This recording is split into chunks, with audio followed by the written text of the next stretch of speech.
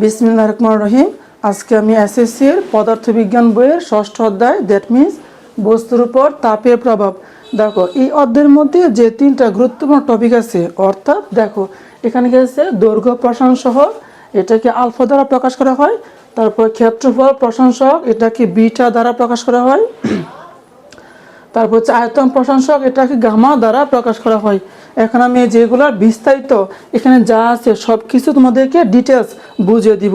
এগুলোর যে প্রমাণ, এগুলো যে তোমার যে একক, তারপর সংজ্ঞা, এখানে যা আছে আমি সবগুলো তোমাদেরকে এখানে সহজে বুঝিয়ে দিব, ঠিক আছে। আর দেখো এখানে আরেকটা টপিক আছে যে বিটা, দেখো beta is equal to alpha. দেখো যে beta is equal to alpha এবং gamma is equal to 3 alpha. বুঝতে পারছো? তোমাদের বইয়ের মধ্যে, তোমাদের মেন বইয়ের মধ্যে যে এটার যে প্রমাণ, এটার প্রমাণটা একটু অনেক কমপ্লেক্স করে করানো হয়েছে। তো আমি তোমাদেরকে এখন দেখো beta is equal to alpha এবং gamma is equal to 3 alpha, এইগুলো যে প্রমাণ, এইগুলো একদম ডিটেলস ইজিলি তোমাদেরকে বুঝিয়ে দিব, ঠিক আছে। তো তোমাদের একটা কথা বলবো, তোমরা অবশ্যই ক্লাসটা মন দিয়ে করো। আমি এখানে যা বোঝাবো তোমরা আশা করি সব কিছুই বুঝতে পারবে, ঠিক আছে। তো আমি কথা না বাড়াচ্ছি, এখন দেখো আমি এগুলার যে প্রমাণ, এইগুলো এখন তোমাদেরকে দেখিয়ে দিচ্ছি, ওকে। এখন দেখো তো এখানে কি আছে, দৈর্ঘ্য প্রশংসক, এটা হচ্ছে কত, আলফা। দেখো আলফা ইজ ইকুয়াল টু কত, দেখো alpha is equal to L2 minus L1 divided by L1 into T2 minus T1। এটা দেখো আশা করি তোমরা এটা জানো যে এটা যে সূত্রটা, এটা হচ্ছে দৈর্ঘ্য প্রসারণ সহগ, দ্যাট মিনস L2 মাইনাস, দেখো যে আলফা, আলফা হচ্ছে আমার দৈর্ঘ্য প্রসারণ সহগ। আচ্ছা, তারপরে কি আছে, এখানে বিটা আছে। এখন দেখো এখানে কি আছে, দেখো আমি লিখতেছি যে আলফা, তাই না?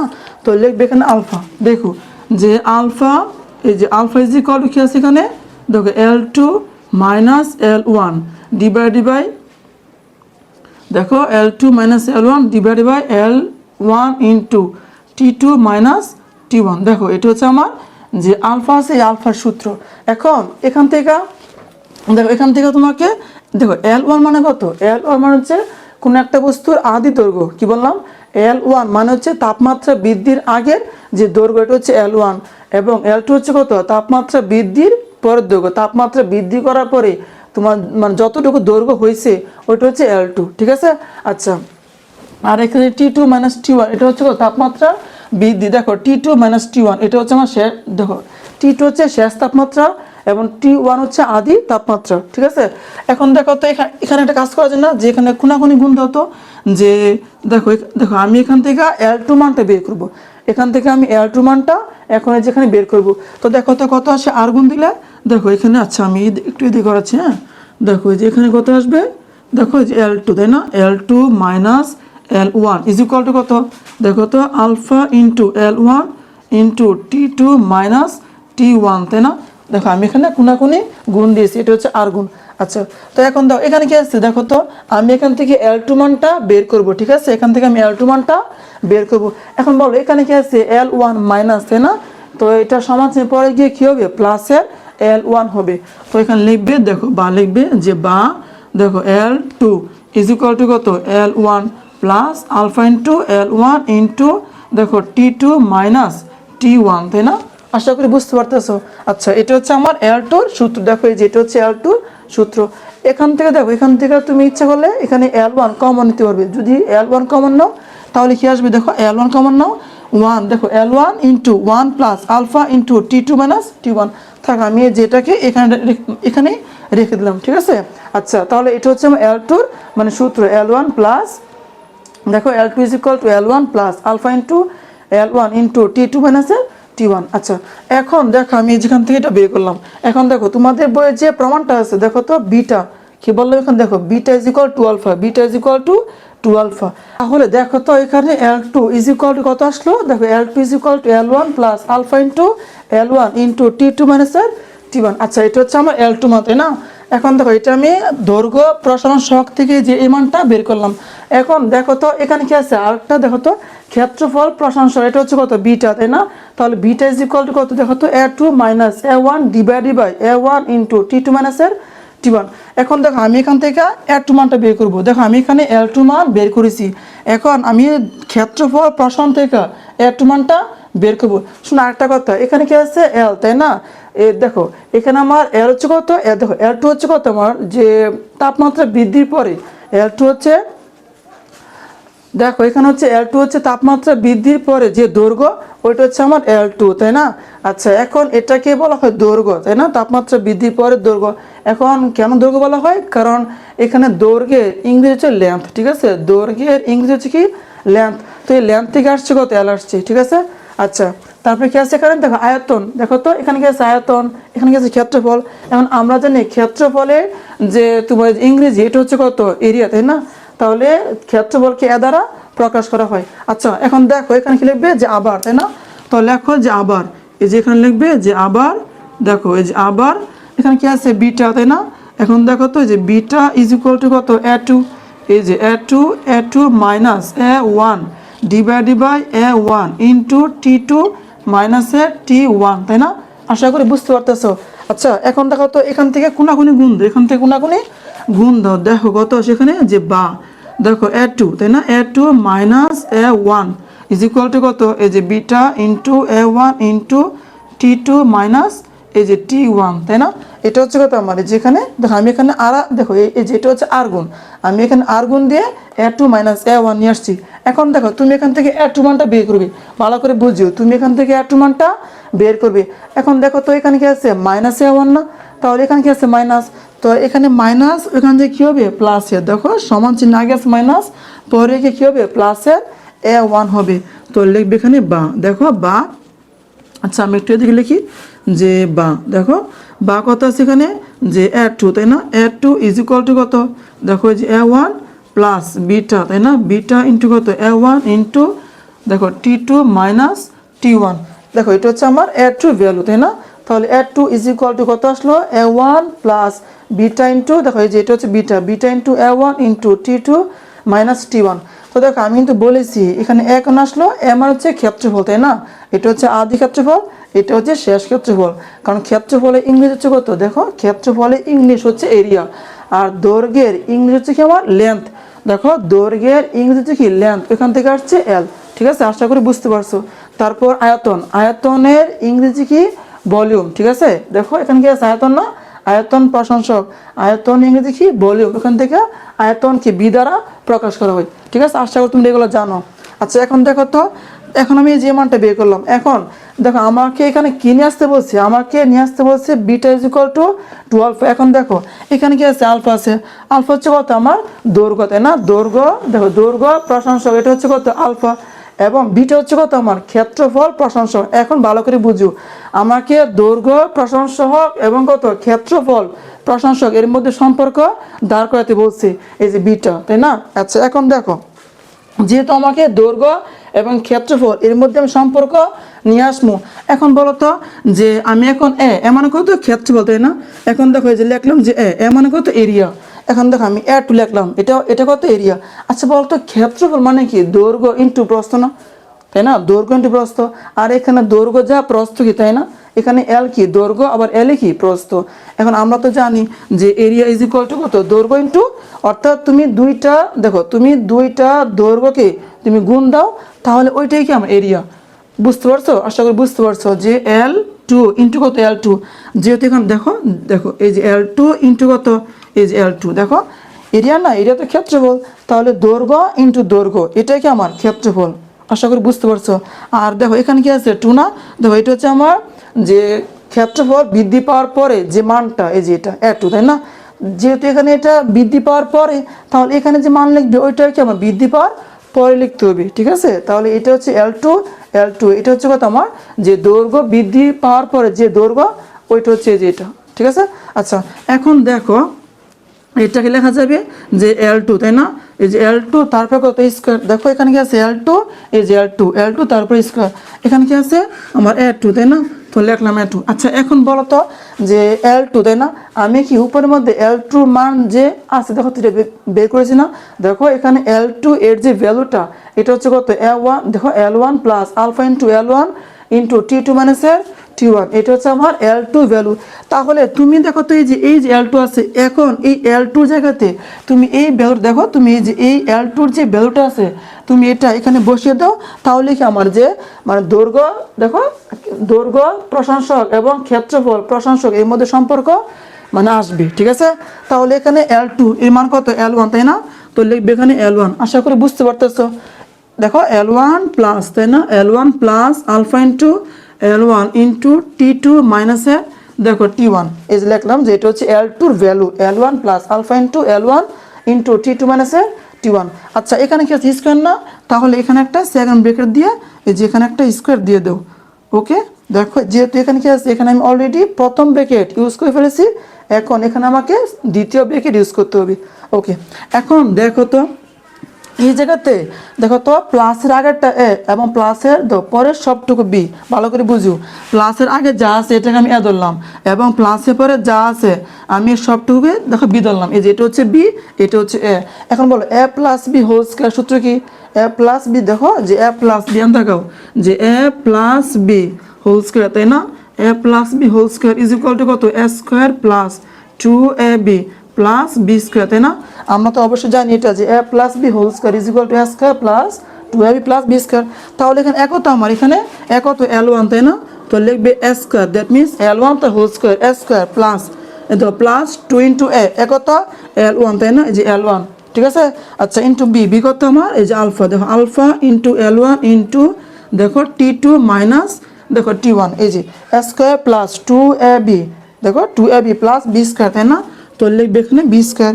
তাহলে বিগত এখানে আলফা, দেখো তো বি স্কোয়ার না, দেখো এই সব, দেখো ভালো করে বুঝো, এই সবটুকু টার্মের উপরে কি আমার কি আসবে, আমার স্কোয়ার আসবে, অর্থাৎ স্কোয়ারটা আলফা সেও পাবে, L1 সেও পাবে, আবার T2 মাইনাস T1 সেও কি আমার স্কোয়ারটা পাবে, তাই না? বি স্কোয়ার, স্কোয়ারটা আছে।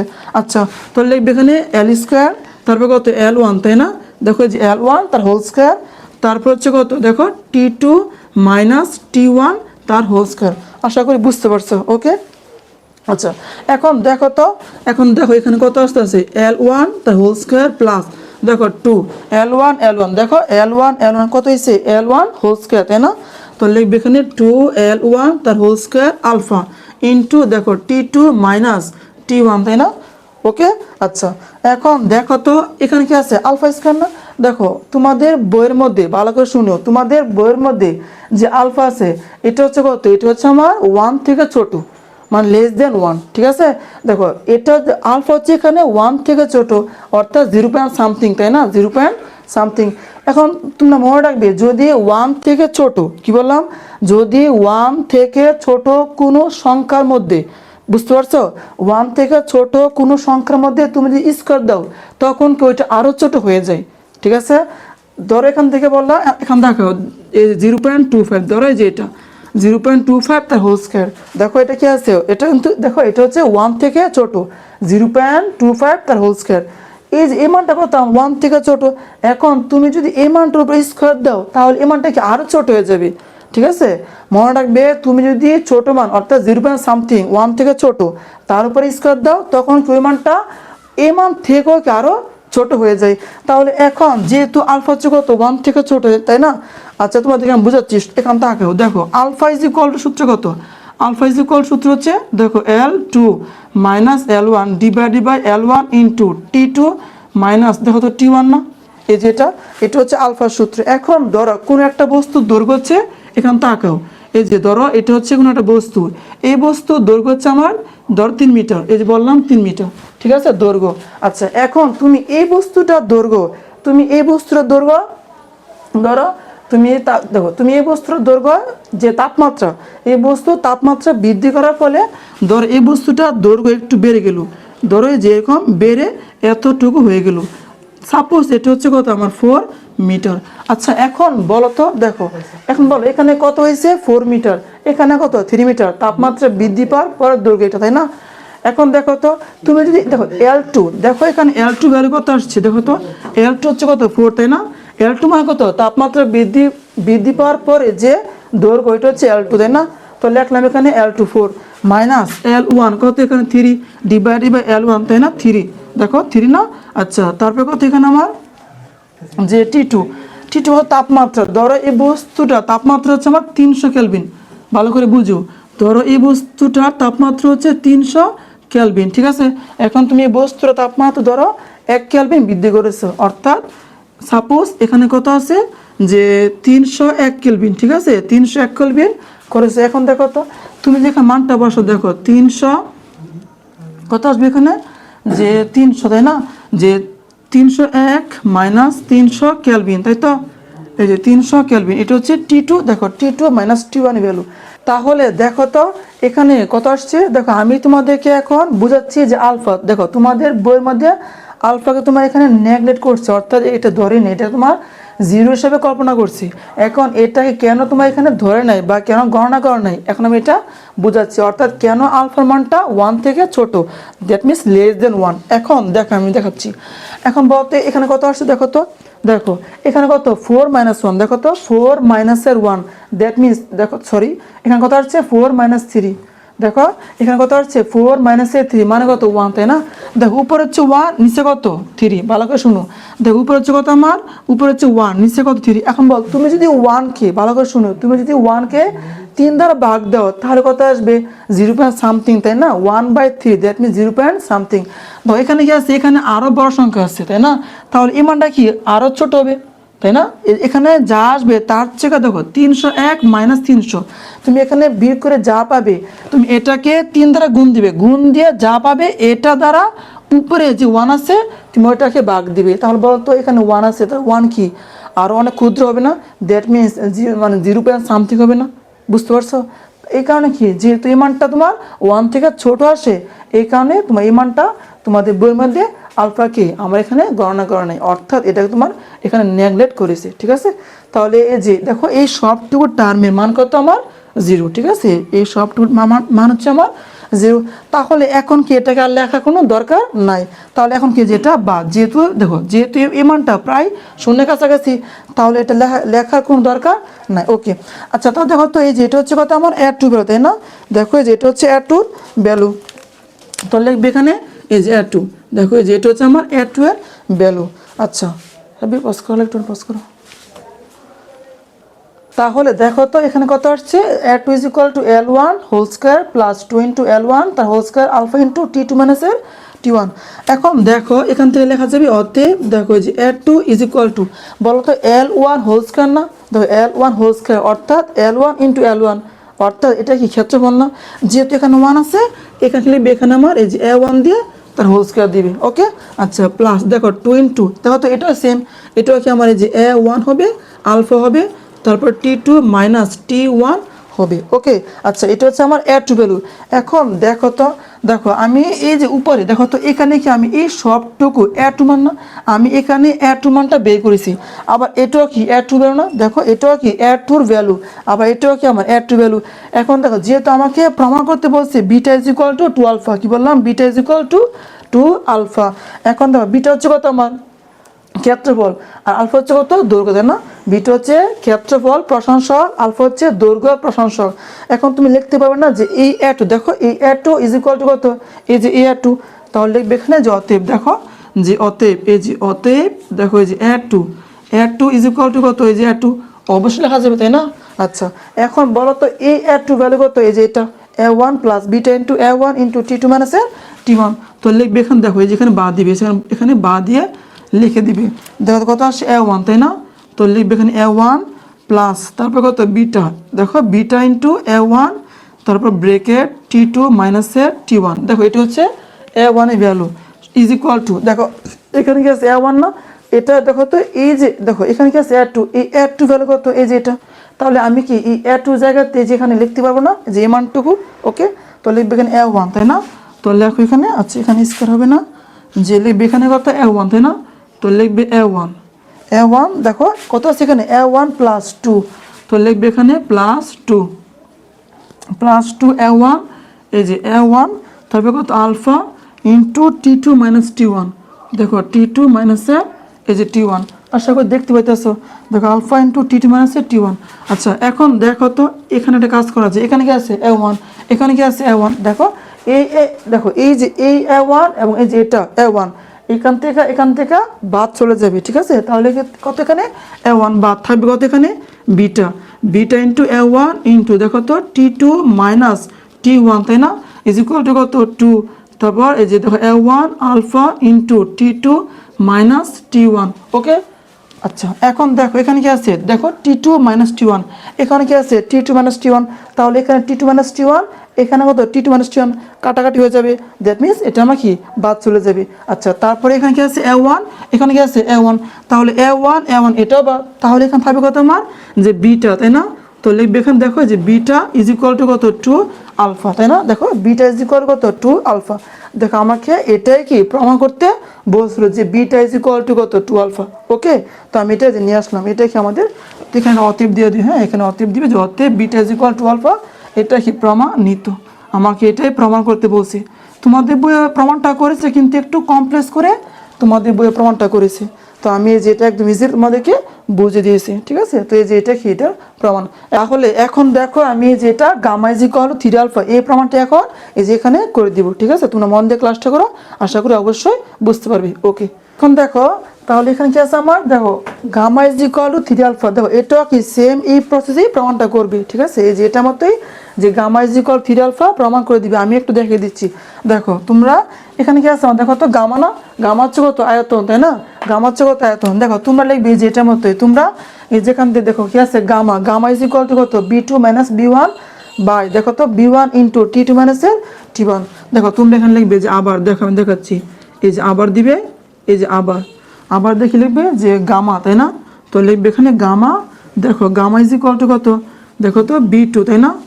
এই যে লিখবে এখানে বি টু, দেখো এই যে এখানে B two minus B one, তাই না?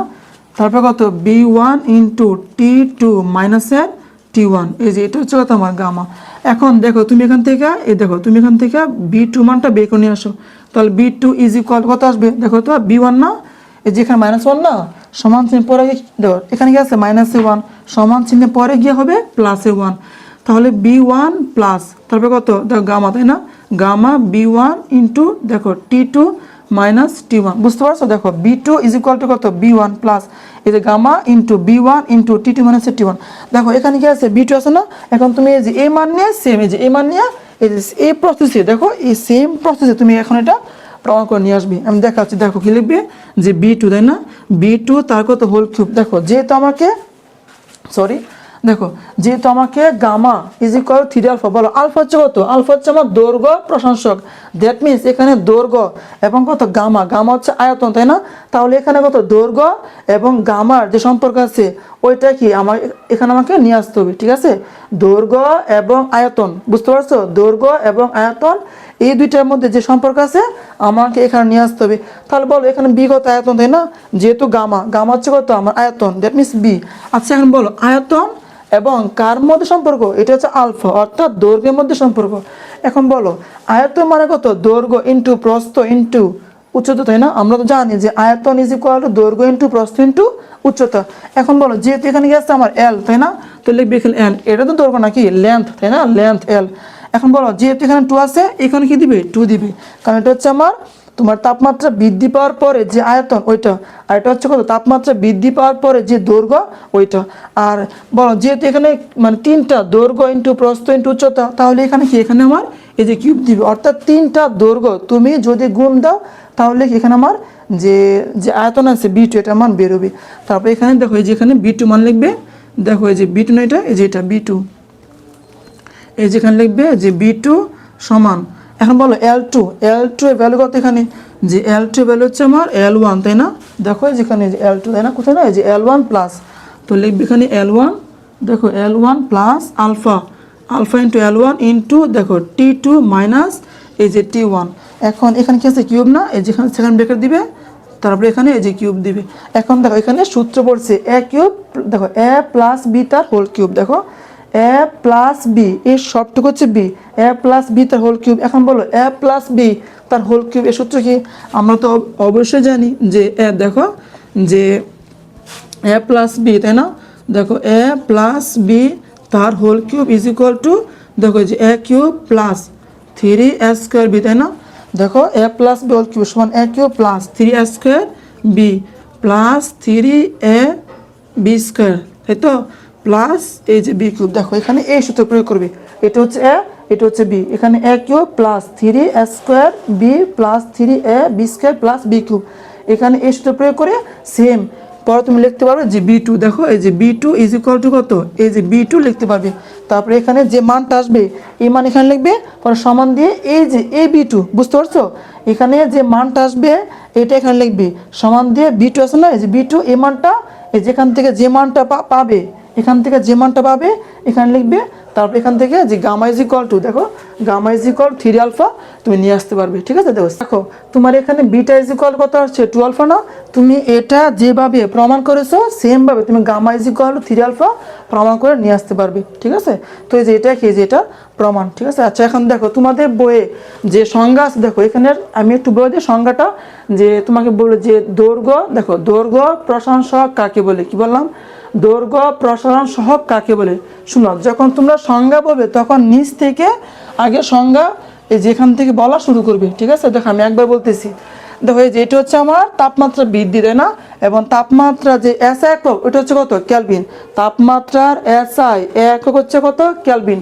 তো লিখবে যে কোনো একটা বস্তু, দেখো কোনো একটা বস্তুর তাপমাত্রা 1 কেলভিন, দেখো এখানে কি আছে L1 না, তো এটা কি দৈর্ঘ্য, তো এখানে বলবে যে 1 মিটার দৈর্ঘ্যে। ঠিক আছে, 1 মিটার দৈর্ঘ্যে বস্তু তাপমাত্রা, তো সংজ্ঞাটা বলবে যে শুনো যে দৈর্ঘ্য প্রসারণ সহগ কাকে বলে, আমি সংজ্ঞা বলতেছি, শুনো কি লিখবে, যে 1 মিটার দৈর্ঘ্যের, কি বললাম 1 মিটার দৈর্ঘ্যের বস্তুর তাপমাত্রা 1 কেলভিন বৃদ্ধি করলে যতটুকু দৈর্ঘ্য বৃদ্ধি পায় তাকে বস্তুটি দৈর্ঘ্য প্রসারণ সহগ বলে। বুঝতে পারছো, আমি আবার বলতেছি, শুনো 1 মিটার দৈর্ঘ্যের বস্তুর তাপমাত্রা 1 কেলভিন বৃদ্ধি করলে যতটুকু দৈর্ঘ্য বৃদ্ধি পায় তাকে ওই বস্তুর দৈর্ঘ্য প্রসারণ সহগ বলে। শেষ, আগে তুমি এটা বলবে, দেখো আগে তুমি এটা বলবে, তারপর এটা বলবে, তারপরে বৃদ্ধি বলবে, তারপরে যে এটা এখানে যা বলছে তা লিখে দিবে দৈর্ঘ্য প্রসারণ সহগ, এটাই। ঠিক আছে, সেমভাবেই তুমি ক্ষেত্রফল বলতে পারবে। এখানে কি আছে A1 না, দ্যাট মিনস ক্ষেত্রফল, তো লিখবে এখানে যে 1 মিটার স্কোয়ার, কি বললাম 1 মিটার স্কোয়ার ক্ষেত্রফল বিশিষ্ট কোনো বস্তুর তাপমাত্রা 1 কেলভিন বৃদ্ধি করতে যত, দেখো 1 কেলভিন বৃদ্ধি করলে যতটুকু ক্ষেত্রফল বৃদ্ধি পায় তাকে ওই বস্তুর ক্ষেত্রফল প্রসারণ সহগ বলে। বুঝতে পারছো, 1 মিটার কিউব বস্তুর তাপমাত্রা 1 কেলভিন বৃদ্ধি করলে যতটুকু ক্ষেত্রফল বৃদ্ধি পায় তাকে ওই বস্তুর ক্ষেত্রফল প্রসারণ সহগ বলে। সেম এটাও কি এরকমভাবে বলে ফেলবে। ঠিক আছে, যে 1 মিটার কিউব, যেহেতু এখানে কি আছে আয়তন 1 মিটার কিউব, 1 মিটার কিউব আয়তন বিশিষ্ট কোনো বস্তুর তাপমাত্রা 1 কেলভিন বৃদ্ধি করলে যতটুকু আয়তন বৃদ্ধি পায়, দেখো এই যে এটা হচ্ছে বৃদ্ধি। ঠিক আছে, এটা হচ্ছে বৃদ্ধি, যতটুকু আয়তন বৃদ্ধি পায় তাকে ওই বস্তুর আয়তন প্রসারণ সহগ বলে। একদম ইজি, একদম ইজি, কারণ দেখো এখানে কি আছে এ না, এ মানে ক্ষেত্রফল, তাহলে এখানে কি বলবে মিটার স্কয়ার বলবে। ঠিক আছে, আর যেহেতু বি মানে ভলিউম, দ্যাট মিনস আয়তন, এখানে মিটার কিউব বলবে। আমি আবার বলতে, শুনো 1, ভালো করে শুনো, যে 1 মিটার কিউব আয়তন বিশিষ্ট কোনো বস্তুর তাপমাত্রা 1 কেলভিন বৃদ্ধি করলে ওই বস্তুর আয়তন যতটুকু বৃদ্ধি পায় তাকে ওই বস্তুর আয়তন প্রসারণ সহগ বলে। এই যে এটা কি তার এটার সংজ্ঞা। ঠিক আছে, একদম ইজি।